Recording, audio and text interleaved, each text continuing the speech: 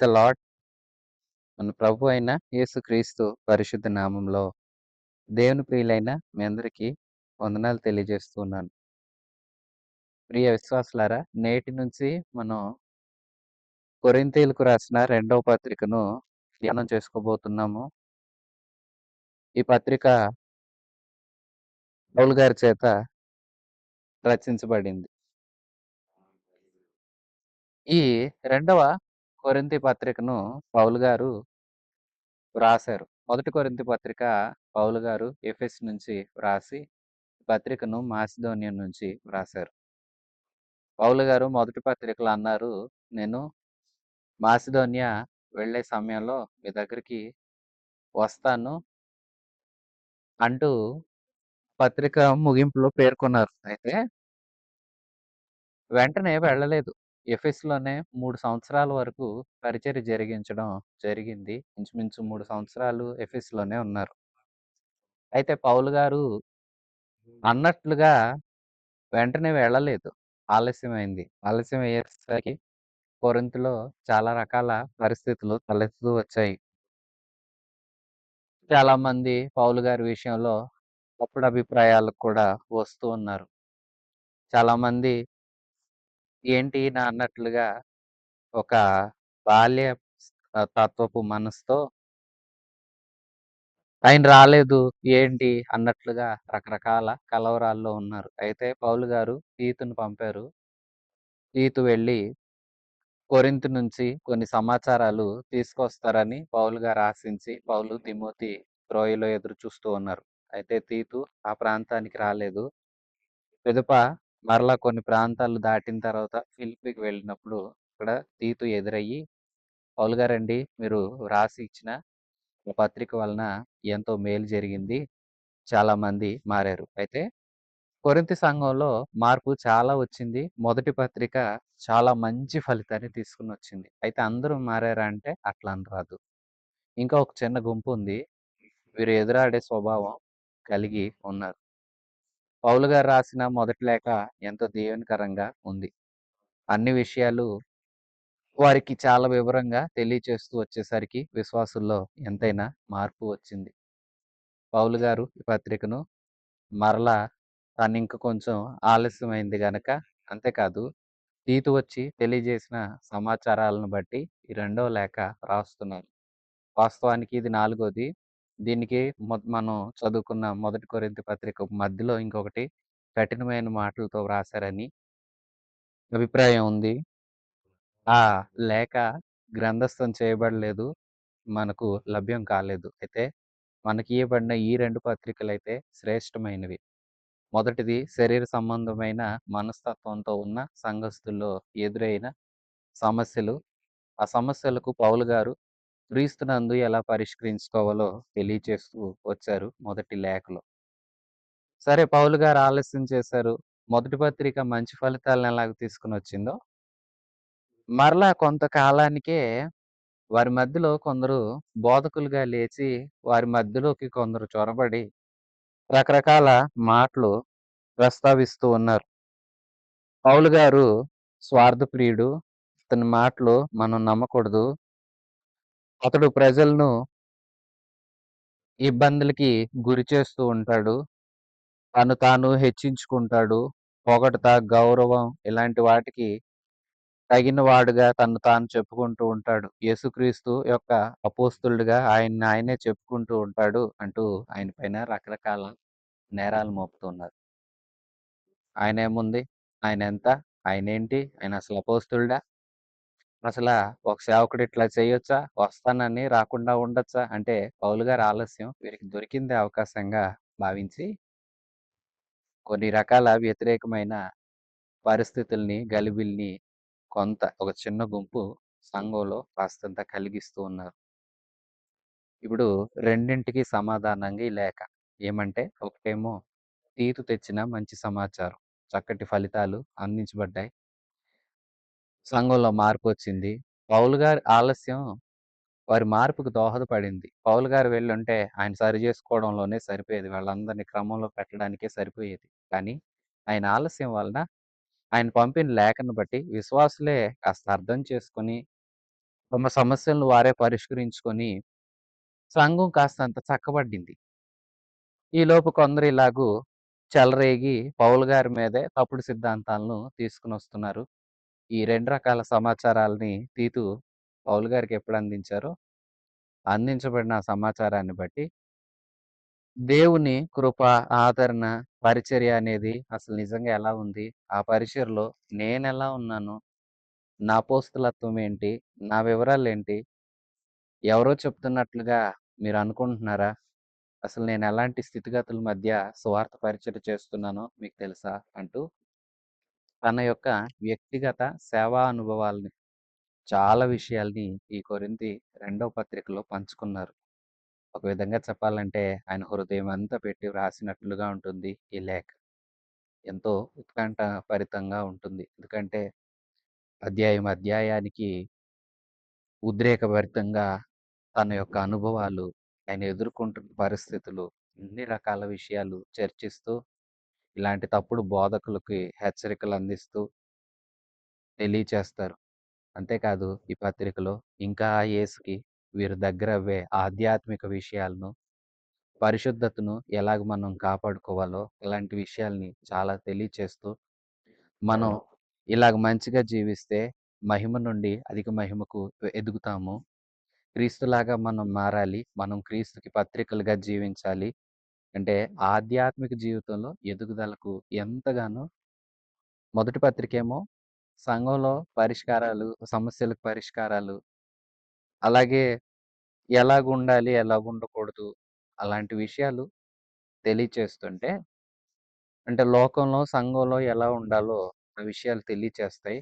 అందులో కూడా ఆధ్యాత్మిక విలువలు చాలా ఎక్కువున్నాయి. ఇందులో మరింకా ఇంకో మెట్టుకి ఒక విశ్వాసిని, ఒక సేవకుడిని ఎక్కించే విధంగా ఆధ్యాత్మిక విషయాలతో కూడిన ఒక మంచి లేఖగా ఈ రెండవ కొరింథీ పత్రికను మనం చెప్పుకోవచ్చు.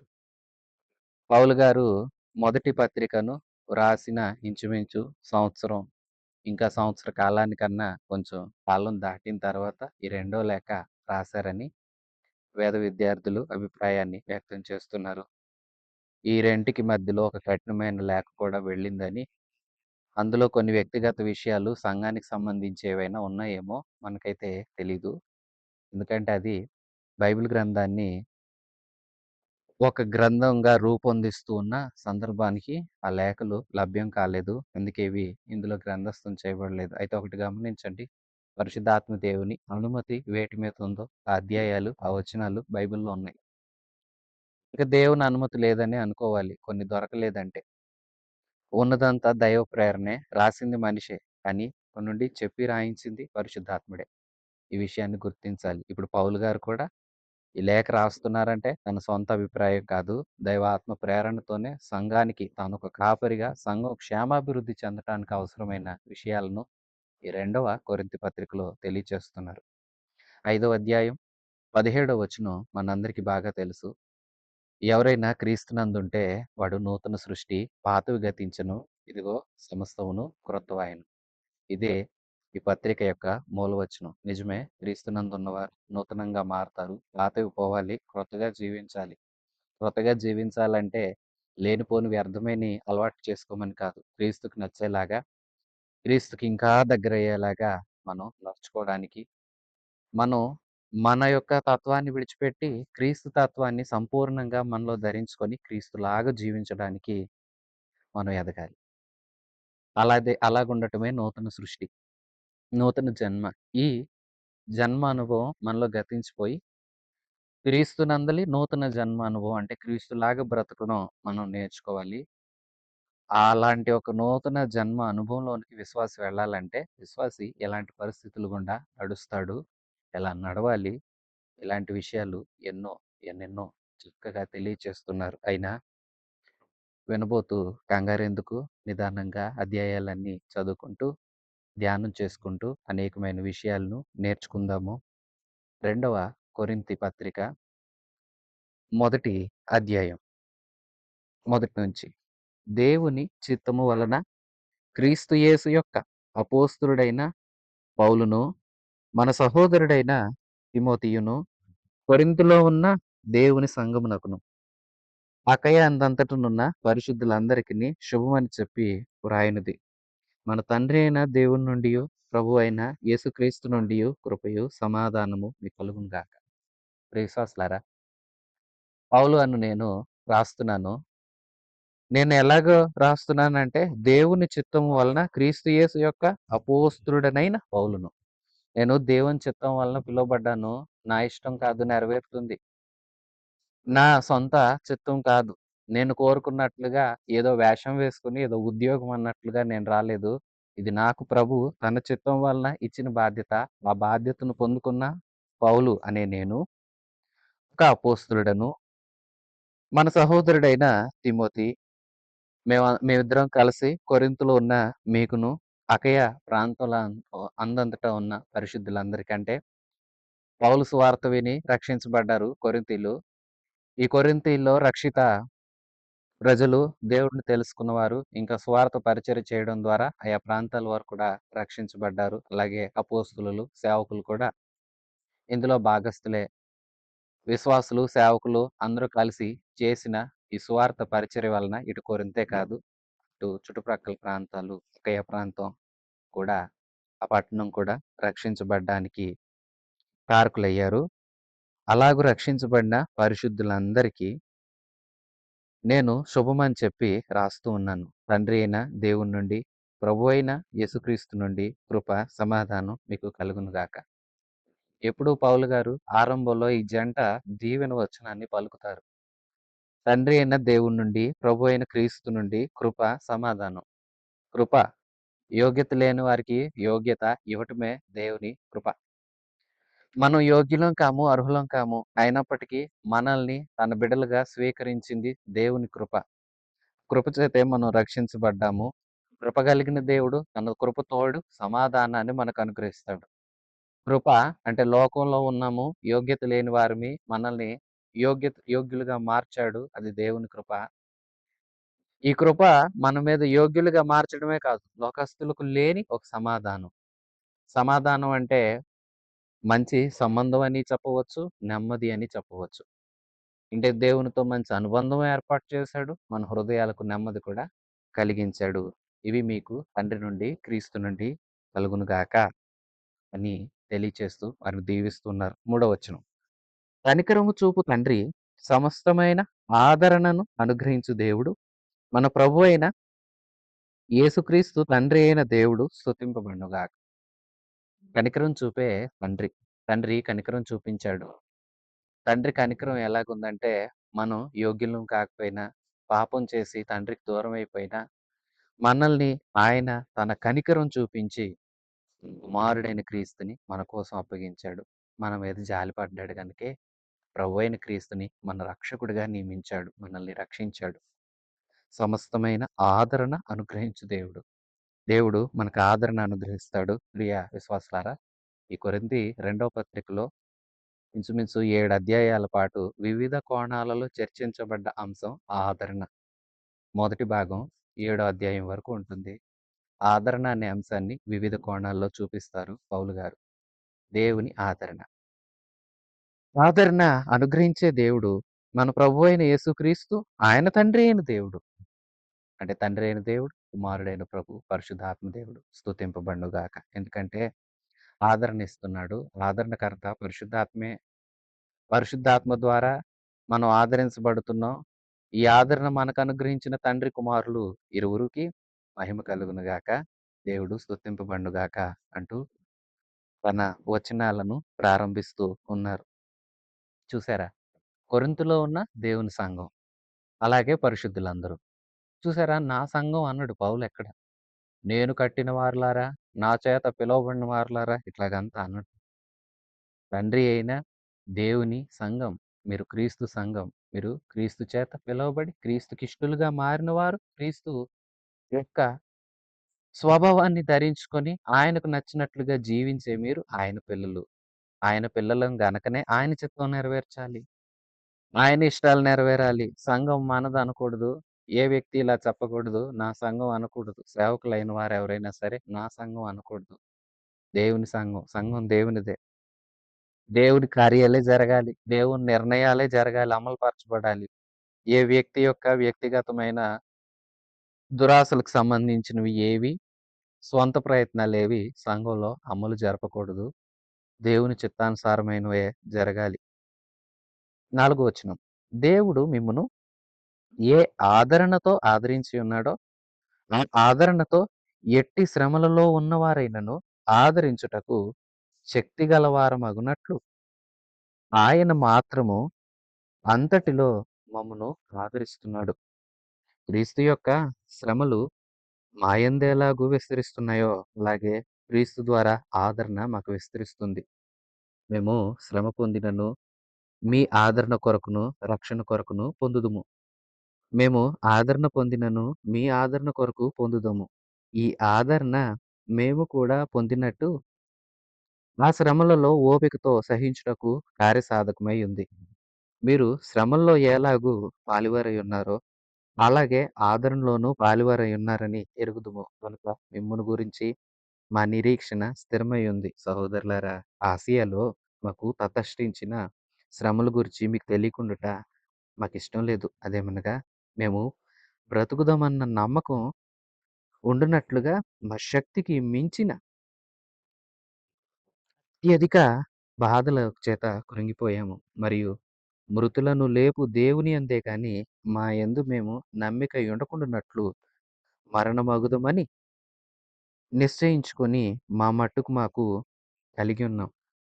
ఆయన అట్టి గొప్ప మరణము నుండి మమ్మను తప్పించెను.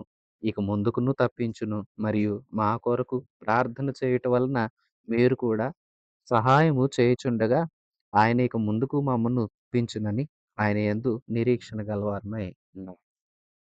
విశ్వాసులారా, దేవుడి నుండి ఆదరణ మనకు దయచేయబడుతుంది. ఆదరణ ఇస్తున్న తండ్రికి, కుమారునికి స్తుతి.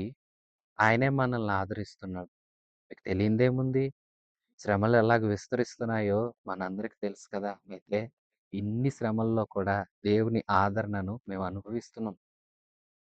మేము ఆదరణ అనుభవిస్తున్నాం. ఎందుకు శ్రమ పడుతున్నామంటే మీరు మా శ్రమల ద్వారా, మేము పడుతున్న ప్రయాస ద్వారా, మా కష్టం ద్వారా మీరు రక్షించబడతారు. విశ్వాసులారా, పౌలు గారు శ్రమ కలుగుతుందంటున్నాడు. శ్రమ ద్వారా మీరు రక్షించబడుతున్నారు కాబట్టి, మీ రక్షణను చూచి మాకు శ్రమ కూడా ఆనందంగానే ఉంది.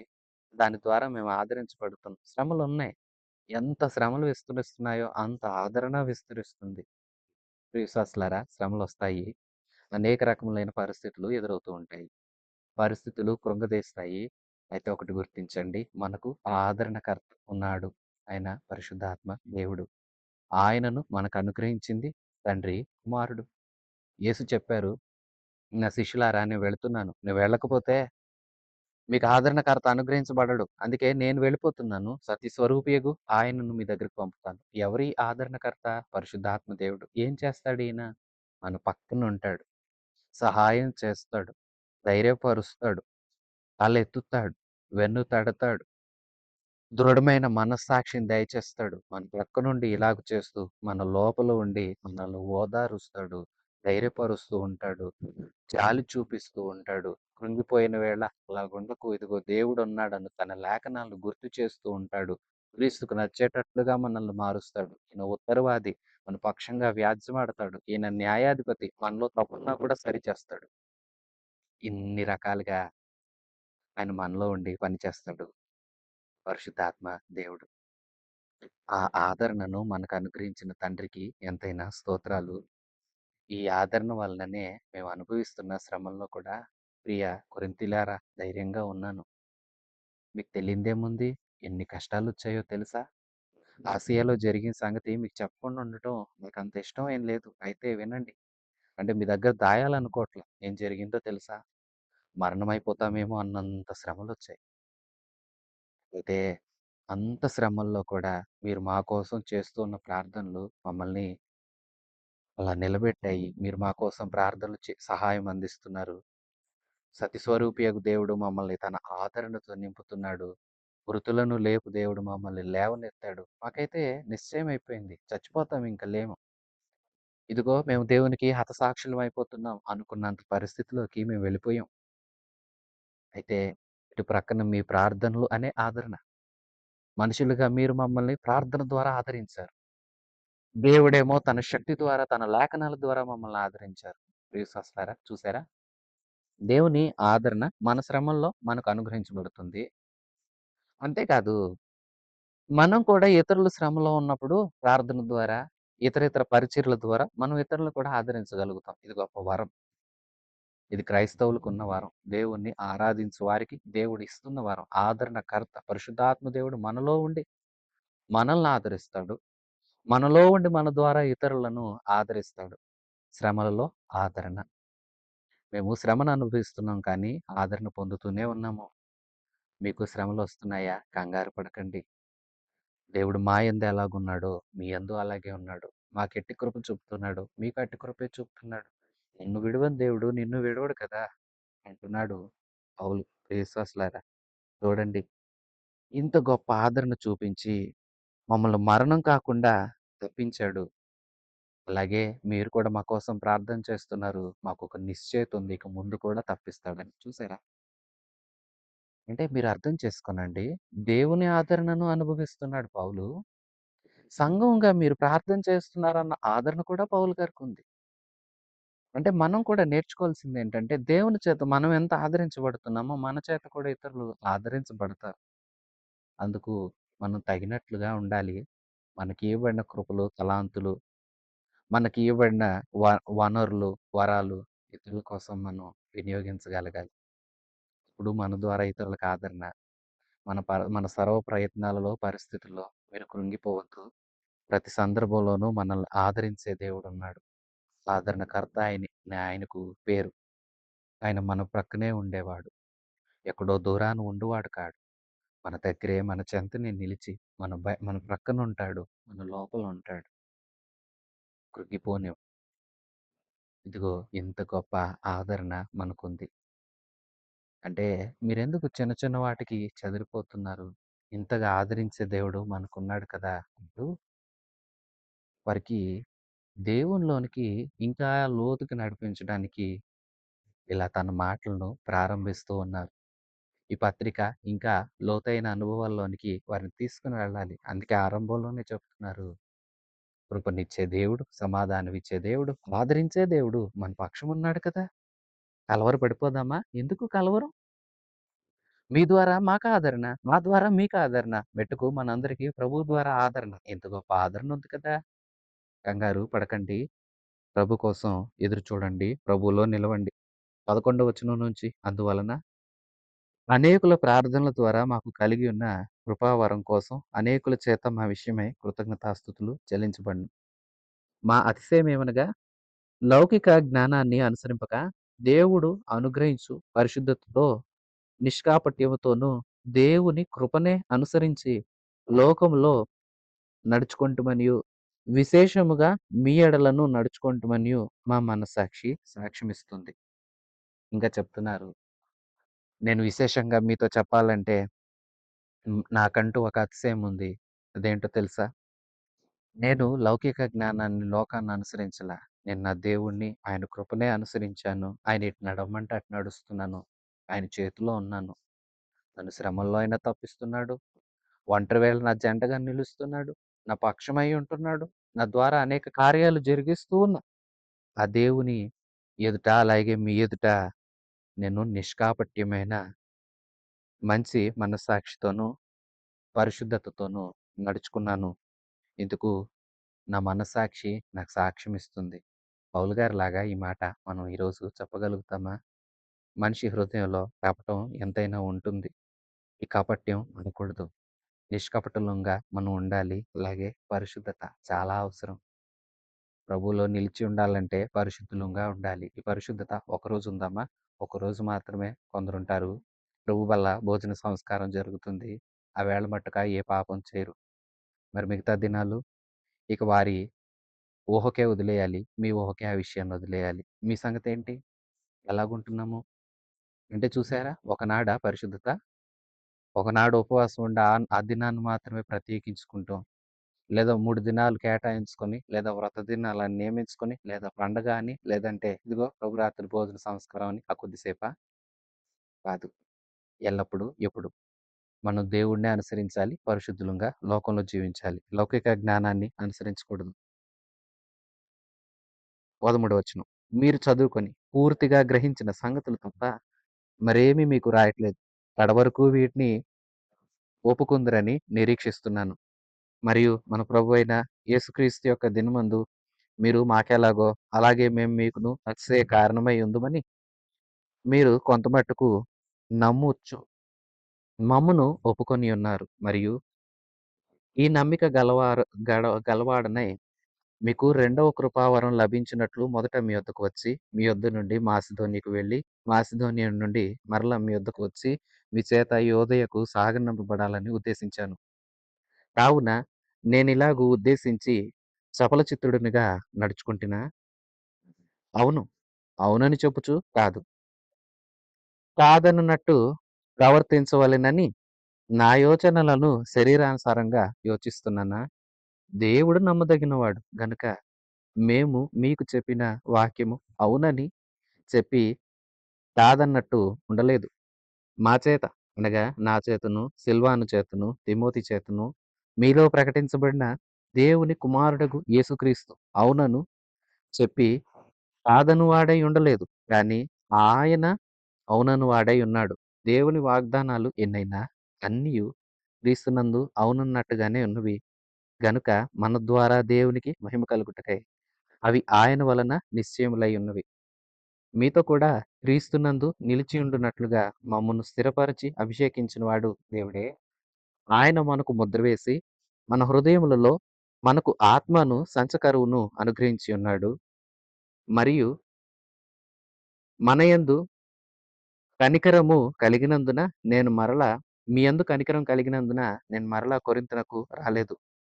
నా ప్రాణం తోడు ఇందుకు దేవుణ్ణి సాక్షిగా పెడుతున్నాను. మీ విశ్వాసం మీద మేము ప్రభులమని ఇలా చెప్పడం లేదు గాని, మీ ఆనందమునకును సహకారులమై ఉన్నాము. విశ్వాసము చేతనే మీరు నిలకడగా ఉన్నారు. ప్రియవిశ్వాసులారా, మీకు తెలియచేస్తూ మనకు శ్రమల్లో ఆదరణ ఉంది. మనం కృంగిపోవాల్సిన అవసరం లేదు. మనం ధైర్యంగా ఉండాలి. ఎందుకంటే మనం ఒకరి కోసం ఒకరము అర్థం చేసుకుంటాము. ఒకరి ద్వారా ఒకరు ఆదరించబడుతున్నాం. మెట్టుకు మనల్ని ఆదరించడానికి ప్రభువు మనకున్నాడు. ఇందుని బట్టి నేను సంతోషిస్తున్నాను. నేను దేవుని సాక్షిగా పెట్టి ఇప్పటిదాకా నమ్మేదేంటంటే, మీ ఎదుట నేను నిష్కపటంతోనే నడిచాను. పరిశుద్ధంగానే నడిచాను. అలాగే నడవాలి. లోకంలో మనం జీవించకూడదు. మనం లోకస్తులం కాదు. మీరు చదువుకొని పూర్తిగా గ్రహించాలని నేను ఈ సంగతుల్ని మీకు రాస్తున్నాను. ఇవి తప్ప ఇంకా ఏవేవో రాయటం లేదు. కాబట్టి కడవరకు మీరు వీటిని ఒప్పుకుని, వీటిని అనుసరించి నడుస్తారని నేను నమ్ముతున్నాను. మన ప్రభువైన యేసుక్రీస్తు దినం వస్తుంది.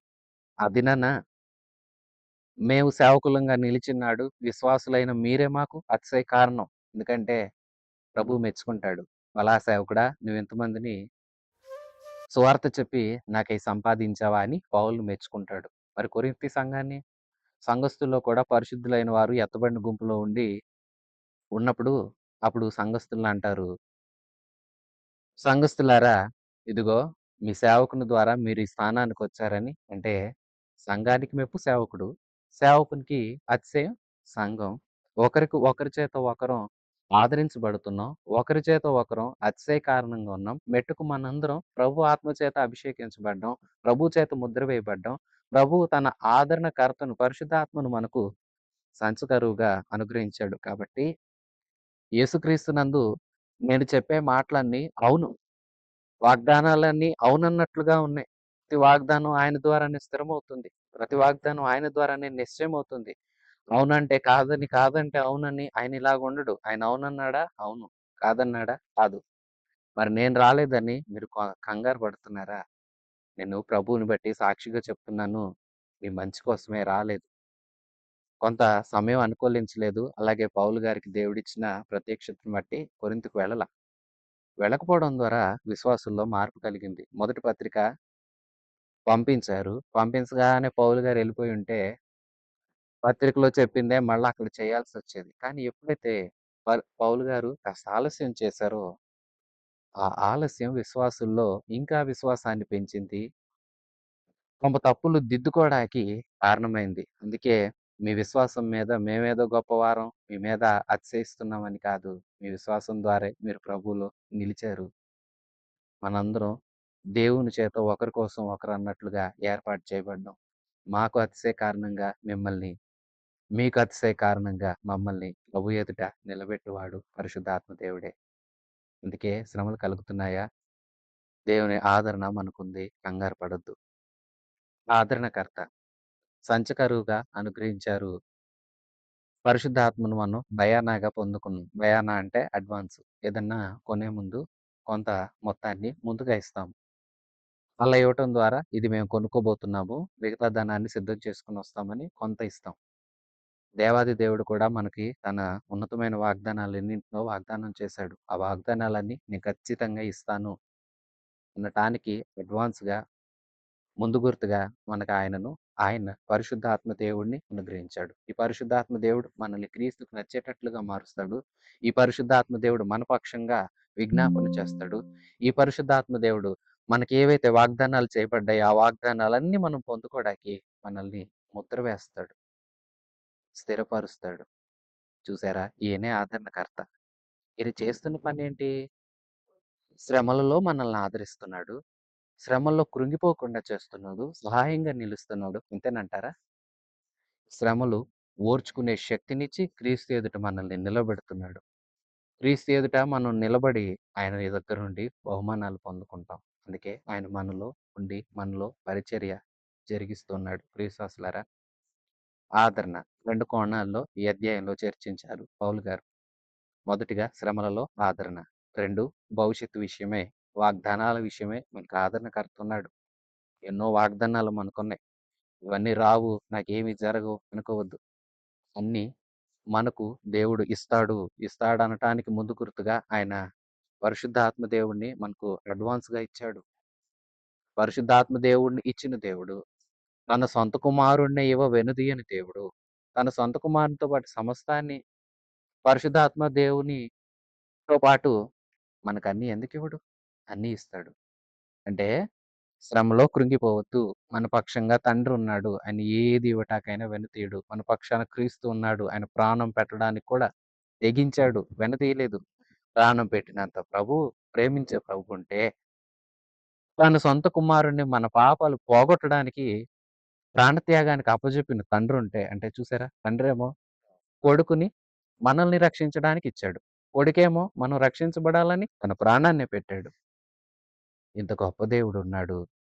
అంతేకాదు ఆయన వాగ్దానాల్ని, పరలోక రాజ్యాన్ని ఇవ్వటానికి పరిశుద్ధాత్మ దేవుడిని కూడా మనకు అనుగ్రహించాడు. ఇన్ని మనకుంటే శ్రమల్లో తొందరపడదామా? కంగారు పడదామా? ఏ శ్రమకు కృంగిపోకండి. అద్భుతమైన భవిష్యత్తు మన ముందుంది. మనం పరలోక రాజ్యానికి చేరుకోవాలి. చేరుకోవడం కోసమే ఇక్కడ సిద్ధపడాలి. ప్రియ విశ్వాసులారా, సిద్ధపాటుండాలి. శ్రమల్లో ఆదరించబడండి. పరిశుద్ధాత్మ దేవుడు, తండ్రి అయిన దేవుడు, కుమారుడైన ప్రభు మనకు సహకారులుగా సహాయం చేస్తూ ఉన్నారు. మరొకండి. ఆయన మనతో ఉన్నారు. మనుషులు మనతో లేరు. దేవుడు నిత్యము మనతో ఉంటున్నాడు. అలాగే మనకొక రాజ్యం వాగ్దానం చేయబడింది అనే ఆదరణ, అంటే భవిష్యత్తును గురించిన ఒక ఆదరణ వాగ్దానాన్ని తెలియచేస్తూ, ఇప్పుడు ఆ రాజ్యానికి మనం చేరాలంటే ఇంకెలా సాగాల్సొస్తుందో అనేది రాబోయే అధ్యాయాల్లో చర్చిస్తారు. మరొకసారి చెప్పండి. శ్రమల్లో మనకు ఆదరణ ఉంది. ఎంత సహాయం చేస్తున్న దేవుడు మనకొక భవిష్యత్తునివ్వాలనుకుంటున్నాడు. అంటే భవిష్యత్తు మీద కూడా ఒక హామీ.